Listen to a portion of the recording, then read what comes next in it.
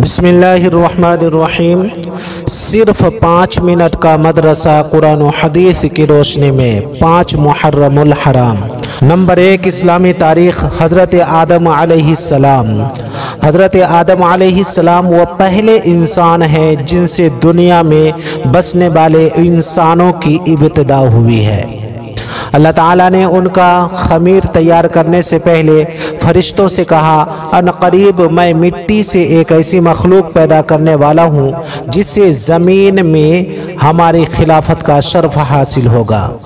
چنانچہ حضرت آدم علیہ السلام کا خمیر مٹی سے گوندھا گیا، پھر اللہ تعالیٰ نے اس میں روح پھونک دی تو اسی وقت وہ زندہ انسان بن گئے۔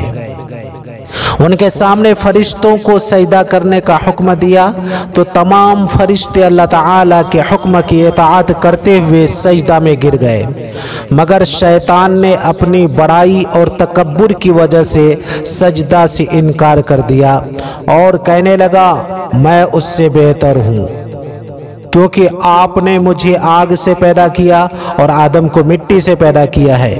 اس طرح شیطان اللہ کے حکم کو نہ مان کر ہمیشہ کے لیے اللہ کی لعنت کا مستحق بن گیا، اور اسی وقت سے وہ حضرت آدم علیہ السلام اور ان کی اولاد کا دشمن بن گیا۔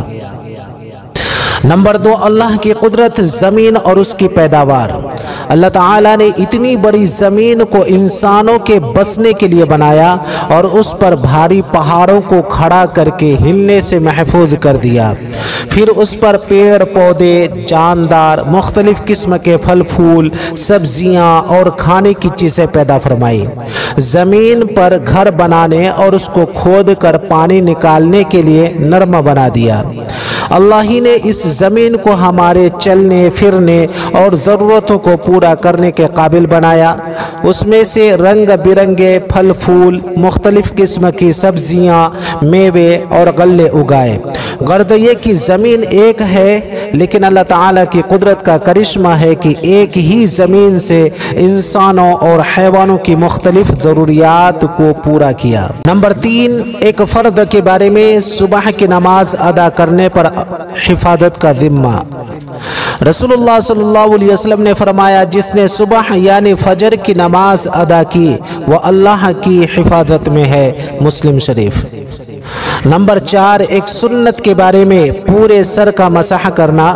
حضرت مقدام بن معد کریب رضی اللہ تعالی عنہ بیان کرتے ہیں کہ میں نے رسول اللہ صلی اللہ علیہ وسلم کو وضو فرماتے ہوئے دیکھا۔ جب سر کے مسح پر پہنچے تو اپنی ہتھیلی کو سر کے اگلے حصہ پر رکھا اور گزارتے ہوئے گدی تک گئے، پھر یہاں سے لوٹے وہاں تک جہاں سے شروع کیا تھا، یعنی پھر گدی کی طرف سے مسح کرتے ہوئے پیشانے کی طرف ہاتھ کو لائے۔ ابو داؤد۔ نمبر 5، ایک اہم عمل کی فضیلت، اسلام میں بہتر اعمال۔ ایک شخص نے رسول اللہ صلی اللہ علیہ وسلم سے سوال کیا کہ کون سا عمل اسلام میں بہتر ہے؟ رسول اللہ صلی اللہ علیہ وسلم نے جواب میں فرمایا، کھانا کھلانا اور ہر مومن کو سلام کرنا، چاہے تم اس کو پہچانتے ہو یا نہ پہچانتے ہو۔ بخاری شریف۔ نمبر 6، ایک گناہ کے بارے میں، گناہ کی وجہ سے رزق سے محرومی۔ رسول اللہ صلی اللہ علیہ وسلم نے فرمایا، بے شک آدمی گناہوں کی وجہ سے رزق سے محروم کر دیا جاتا ہے۔ مسند احمد۔ نمبر 7، دنیا کے بارے میں، حلال روزی کماؤ۔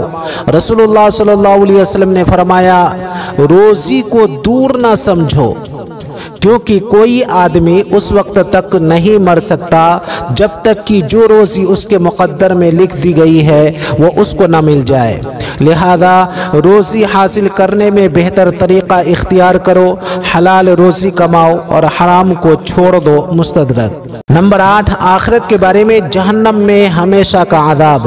قرآن میں اللہ تعالیٰ فرماتا ہے، بلا شبہ جن لوگوں نے ہماری آیات و احکام کا انکار کیا، عن قریب ہم ان کو ایک سخت آگ میں داخل کریں گے، وہاں ان کی مسلسل یہ حالت ہوگی کہ جب ایک دفعہ ان کی کھال جہنم میں جھلس جائے گی تو ہم پہلی کھال کی جگہ فوراً دوسری نئی کھال پیدا کر دیں گے تاکہ یہ لوگ عذاب کا مزہ چکھتے رہیں۔ سورہ نساء۔